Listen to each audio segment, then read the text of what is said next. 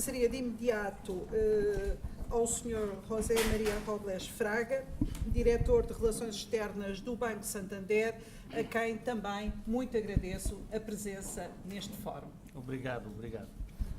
Os microfones têm como característica que quanto mais distantes, melhor funcionam. Eso suele pasar con los banqueros también.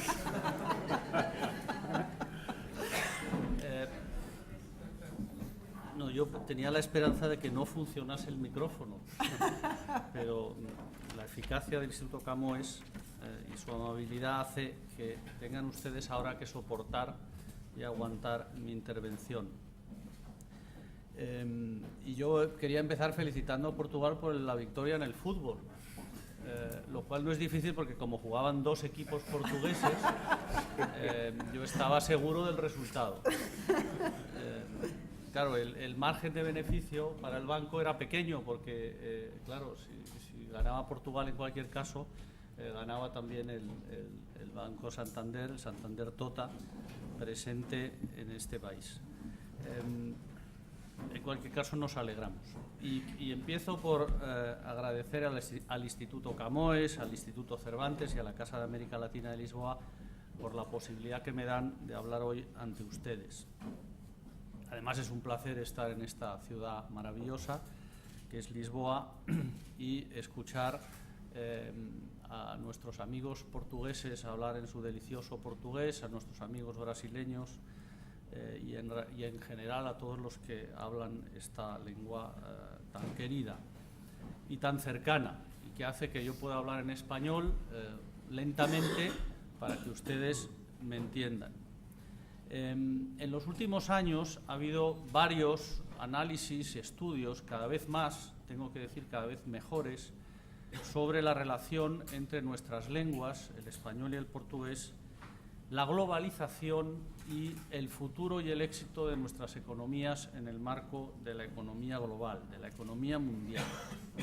Se ha puesto el énfasis como resultado de esos estudios, algunos realmente de alto nivel técnico, en que tenemos una gran ventaja competitiva respecto a otros por ser poseedores de idiomas internacionales importantes.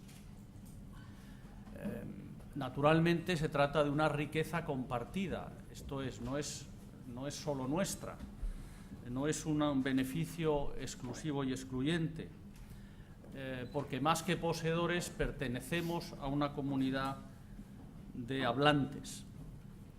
El interesante cuadro de mi colega, el señor Carí, demuestra que existen países mucho mayores que nosotros que también participan en esa comunidad de hablantes. Parafraseando a Jorge Luis Borges, que decía que la patria no es de nadie, la lengua tampoco es de nadie, y por lo tanto es de todos. Y exige, y eso creo que es interesante, una actitud activa en relación a la lengua, no pasiva. No basta con hablar español para ser inmediatamente rico, próspero y feliz, o portugués. Todo el mundo tiene que, como dice el viejo refrán castellano, hay que estar a Dios rogando y con el mazo dando. Esto es, trabajando. No podemos ser como el patrón de Madrid, San Isidro, que mientras rezaba los ángeles trabajaban la tierra por él. Tenemos que trabajar la tierra, todos, los públicos y los privados. Yo no entraré en ese debate tan maravilloso que se ha planteado hoy sobre los esfuerzos públicos, la coordinación de administraciones, la relación entre relaciones externas y comercio, entre el Instituto Cervantes, el Ministerio de Asuntos Exteriores, el Ministerio de Educación, en fin, todo eso es una complejidad que queda para los políticos, pero sí nosotros, los privados, tenemos que llamar a los políticos, y nada mejor que un momento de crisis para hacerlo, para ordenar sus esfuerzos y sus recursos, que son siempre escasos porque la tarea es enorme, la mar es enorme, y por lo tanto, si queremos sacar beneficio del idioma, tenemos que hacer los mayores esfuerzos posibles. Estos esfuerzos parten de estudios que han sido hechos en parte por administraciones públicas, otro por fundaciones privadas.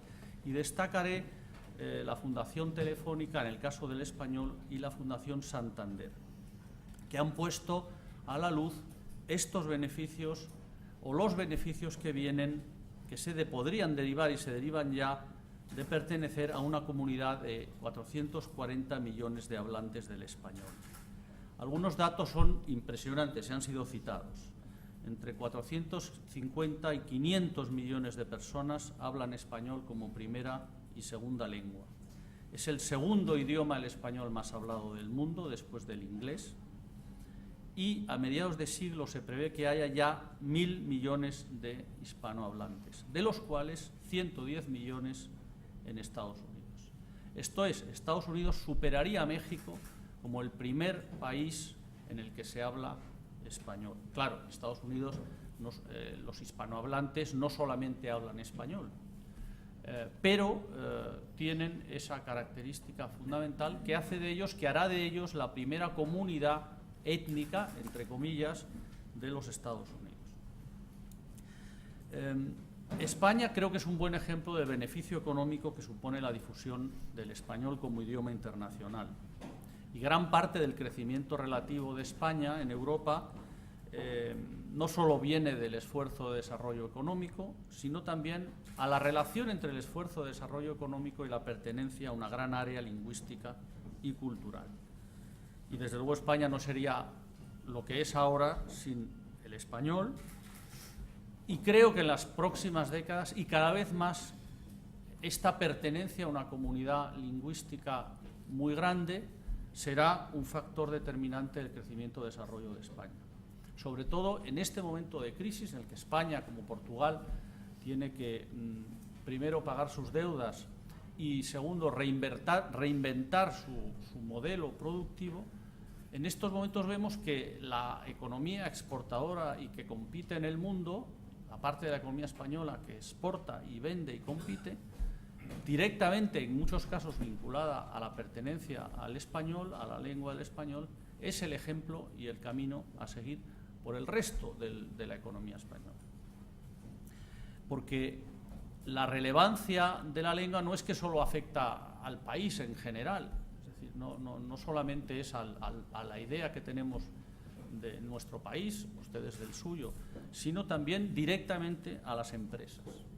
Y la aparición en los últimos 30 años, esto es nada, hace muy poco, de grandes multinacionales, de empresas internacionales españolas, es un ejemplo evidente de ello. Y se ha hablado naturalmente de que no se puede limitar solamente a la lengua, sino también hay que hablar de cultura, etcétera, y de valores, pero este elemento clave de la internacionalización, de la relación entre la internacionalización de la empresa española y el idioma, creo que hay que subrayar. El español, a diferencia de la coyuntura económica, vive un momento extraordinariamente bueno. Tiene una magnífica salud demográfica, está entre las lenguas más habladas del mundo y tiene una notable influencia entre las principales áreas económicas del mundo. No describiré el camino de los cambios y transformaciones de España, que ustedes sin duda conocen porque es parecido al de Portugal, pero ese camino ha sido acompañado por cada paso de ese camino histórico.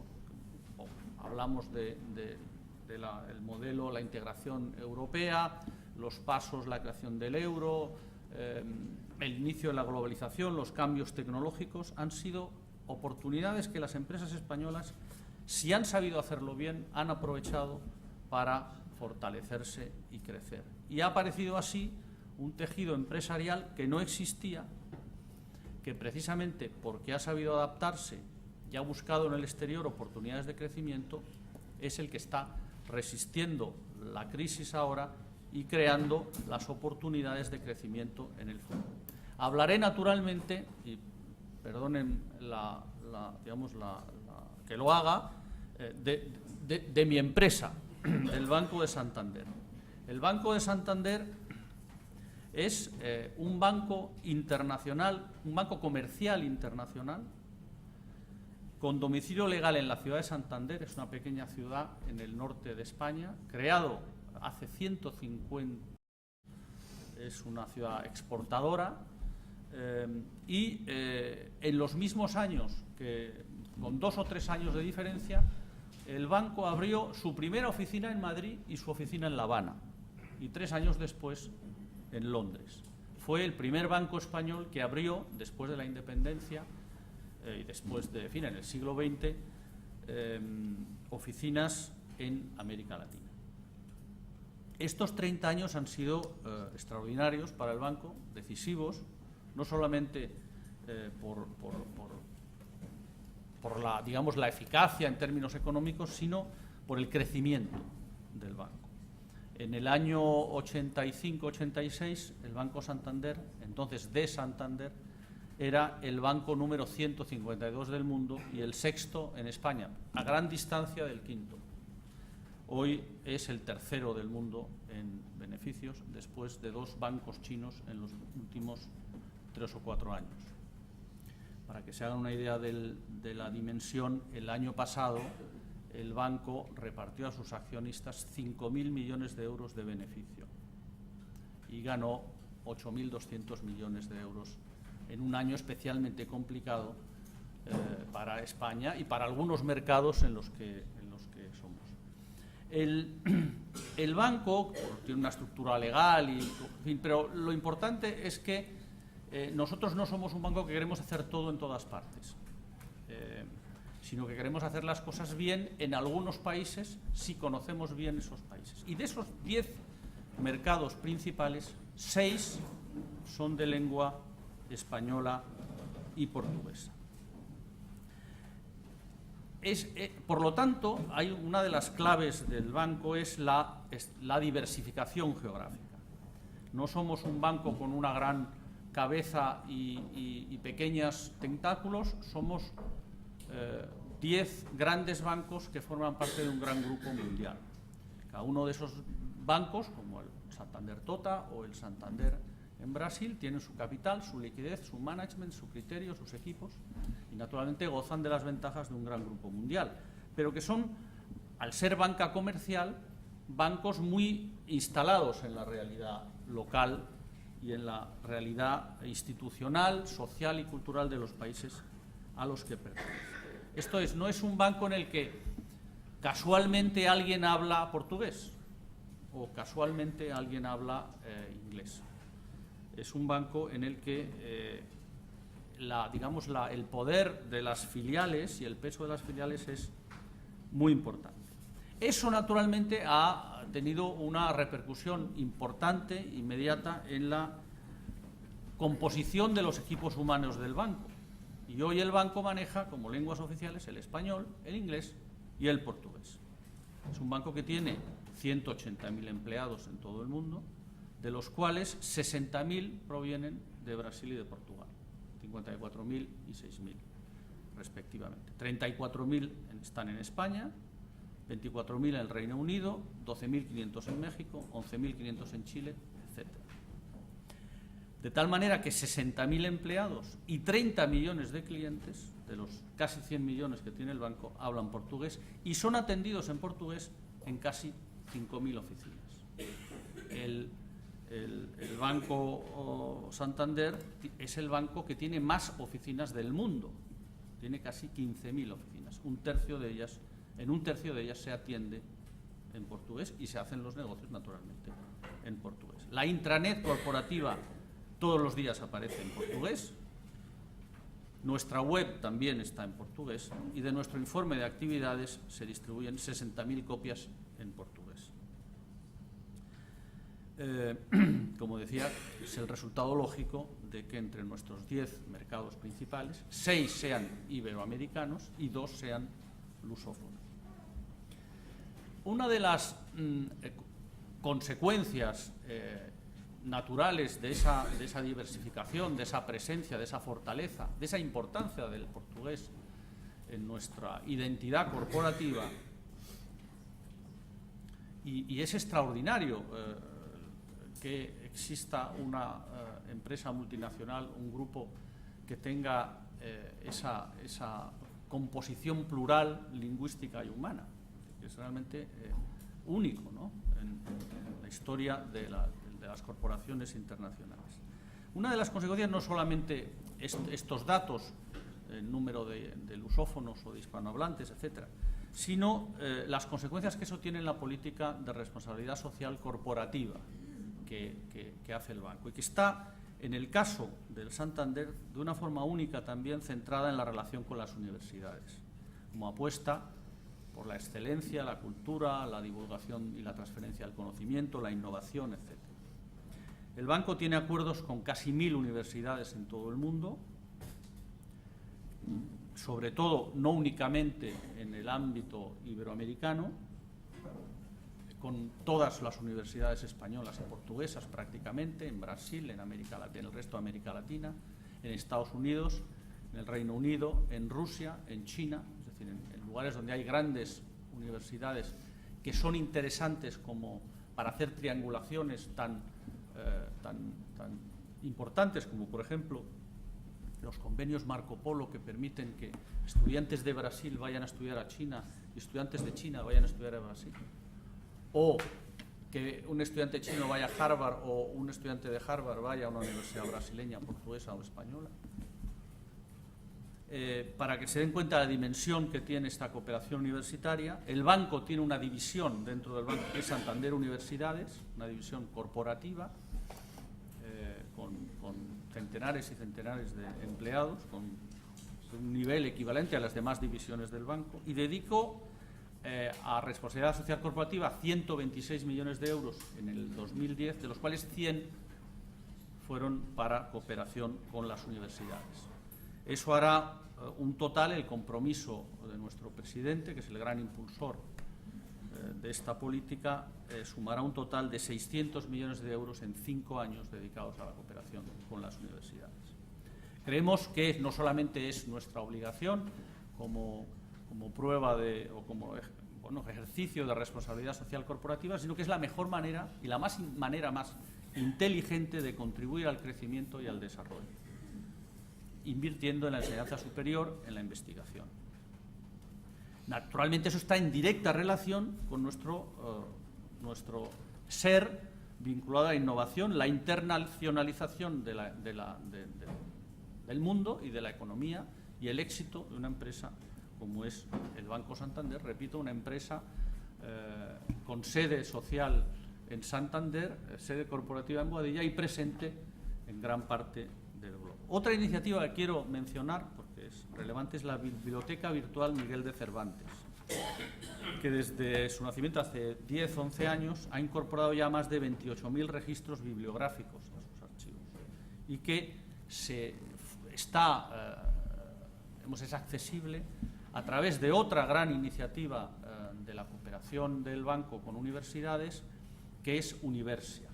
Universia es un portal web en el que participan más de 1.100 universidades del mundo y que es uno de los instrumentos realmente mejores que hay para entrar, conocer, participar o obtener ventajas, encontrar empleo, por ejemplo, becas, programas, etcétera, en las universidades que forman parte de esta red. Termino porque ya he hablado bastante, demasiado. Hablando, como decía Antonio, se sorprendía de algunos carteles que encontraba en Latinoamérica. Y luego hablaremos del Mundial de Fútbol, mi querido amigo, que lo veo por allí. Ya veremos quién gana. Pero mi padre, diplomático español destinado en Colombia, pasó por un pueblo en los años 50 del siglo pasado y vio un cartel esmaltado, muy bonito, en la puerta de un comercio que decía: compre algo, por Dios. Entonces, yo estoy tratando de venderles algo, espero que lo compren. Y un jefe que tuve yo años después, que había estado también en los años 50 en México, vio pintado con brocha gorda en un muro encalado de una carretera polvorienta mexicana en las afueras de Querétaro, creo que era, un tipo había pintado: materialistas, prohibido arrojar nada en lo absoluto. Entonces yo no arrojaré nada en lo absoluto, solo diré que, repito, hay que rogar a Dios, pero hay que dar con el mazo. Y eso no solamente es una obligación de los poderes públicos, de las instituciones, de los gobiernos, de los líderes políticos que nos damos, sino también, desde luego, de las empresas. Y si la experiencia de las empresas sirve para algo, es que para triunfar en el mundo global tenemos que trabajar para que el español y el portugués sean factores fecundos y activos de la realidad económica mundial. Y eso pasa, naturalmente, por esfuerzos públicos y privados que, desde luego, el Banco Santander, el banco al que yo represento aquí, que me digno representar, y que es un banco, como he dicho, español, portugués también, y brasileño, y mexicano, y argentino, etcétera, está comprometido a hacer. Muchas gracias.